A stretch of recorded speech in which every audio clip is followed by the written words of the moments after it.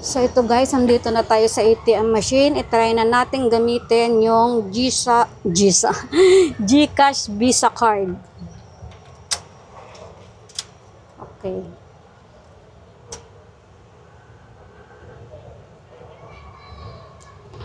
Okay, waiting lang tayo. Okay, dahil wala siyang nakalagay kung paano mag-inquire kung magkano yung laman ng ating ATM, ng ating card. Kaya magdiretso na lang tayong mag-withdraw. Yan. I-try lang natin mag-withdraw ng 20 euro kung pwede ba talaga ditong gamitin yung GCash na Visa card. Okay. Okay.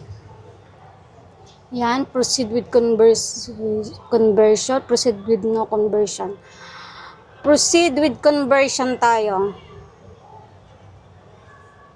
Okay. Wow! So, pwede siya. Kaya lang di ko malalam. Okay. Ito, iniluwa na nila yung card ko. Tingnan natin kung may lalabas na pera. Wow! Shit! Nagamit ko yung Visa card ng GCash. Okay, alamin natin kung magkano yung laman pa. So, ang rate niya ay 72.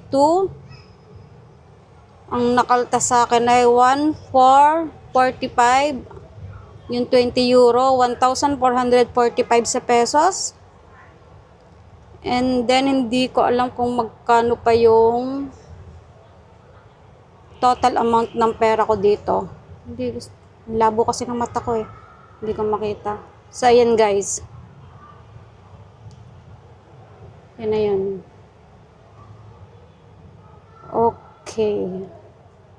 So, ayun lang guys. Nagamit natin yung Visa card ng GCash. So, international talaga siya.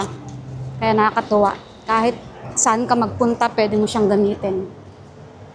Ito, nakakuha ko ng 20 euro. Okay, yun lang guys. Bye-bye!